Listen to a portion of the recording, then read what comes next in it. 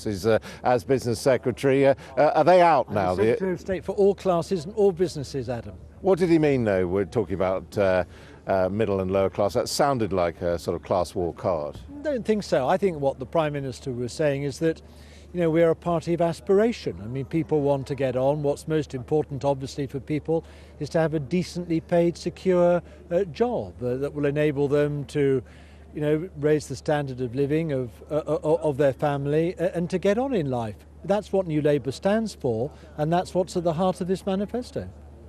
But what you're not ruling out is increases in taxation, particularly at the top end. I mean, admittedly, nor's David Cameron, so that implies that you and David Cameron agree that there's a need for greater social cohesion. Well, unlike the Conservatives and unlike David Cameron, we are presenting a costed programme.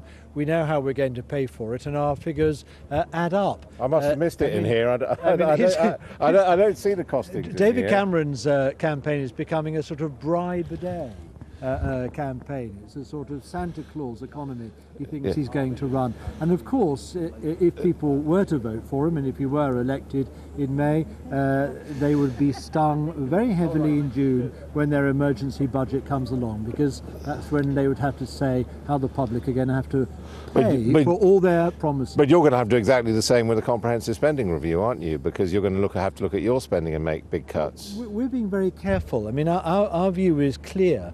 You know, our growth, our economic growth and rebuilding our economy is not going to come about as a result of a consumer debt bubble or great increases in public spending. It's got to be driven by private investment, private sector investment, which is why this manifesto has at its heart very strong industrial and other policies with smart strategic action by the government that will help develop those strengths, those technologies, those expanding sectors and markets which we can see coming along the way in our economy, but we've got to do much more than we've been doing in the past to help bring about and develop. But like a lot of political promises, it has an element of a bit of a con trick as well, doesn't it? I mean, for example, National Care Service, you're talking about that in this manifesto, yet by Andy Burnham's own admission, you're not going to start introducing that until the Parliament after the next election, not this one. We're going to make changes on national care for our elderly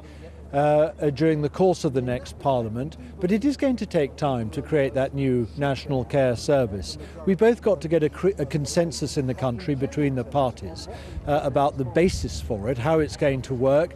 We're also going to have to generate and redistribute funds from within public spending to pay for it. That is going to take some time, and we're very honest about that, but we can start laying the foundations for that, paving the way for it, and that we will do when we're re-elected.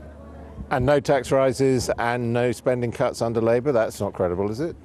Well, as I've said to you, Adam, I mean, we've set out what we're going to do and how we're going to pay for it. And I think the public expects that straight dealing from us. Of course we would like to... Well, I have to say most objective observers, the Financial Times being one, The Economist being another, would actually say that you haven't laid out the detail on your financial plans any more than the Conservatives have. Well, I think that's a little unfair. I think that's a little harsh, if you don't mind me saying so. I mean, we've had a budget.